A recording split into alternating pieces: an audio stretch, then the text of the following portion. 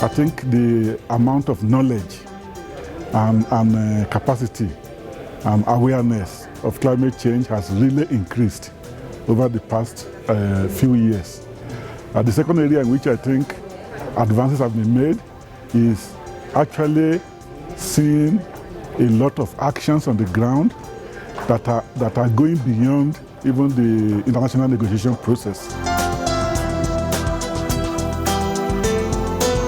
I think what we hope the contribution here will be is that new ideas about how you can combine action by the public sector and the private sector and how they can better collaborate, and how carbon markets that we've known can maybe be transformed into policy instruments also for a future agreement that we hope will be coming next year.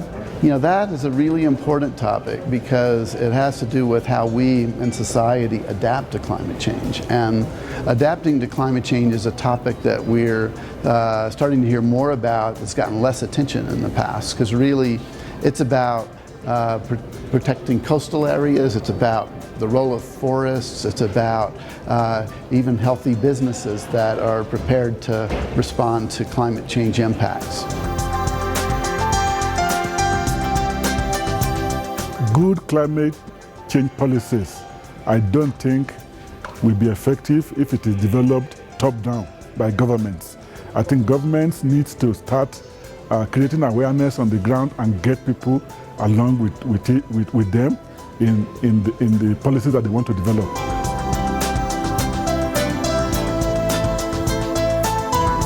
A lot of the countries in the region are taking action on developing both this kind of low carbon development plans and also looking at climate impacts at the same time. And in fact, I think many of the countries in the regions are leaders in doing this. I don't think we should bet on it. I think we should invest it wisely. And I do think that we've learned a lot in the last decade about what makes for a good climate change project. How do you measure its benefits? How do you assess its progress? And I think we ought to build on that history with the CDM. And we ought to add more oomph behind that type of approach going forward by investing the new monies coming into the Green Climate Fund and many of the same kind of projects with the same methodologies, because that's something private sector understands.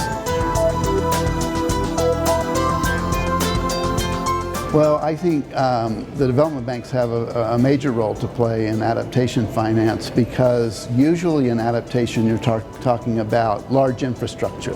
You're talking about seawalls. You're talking about our bridges built to withstand certain surges and floods and things. And that is the kind of thing that, because it's infrastructure finance, development banks have a long history of doing that.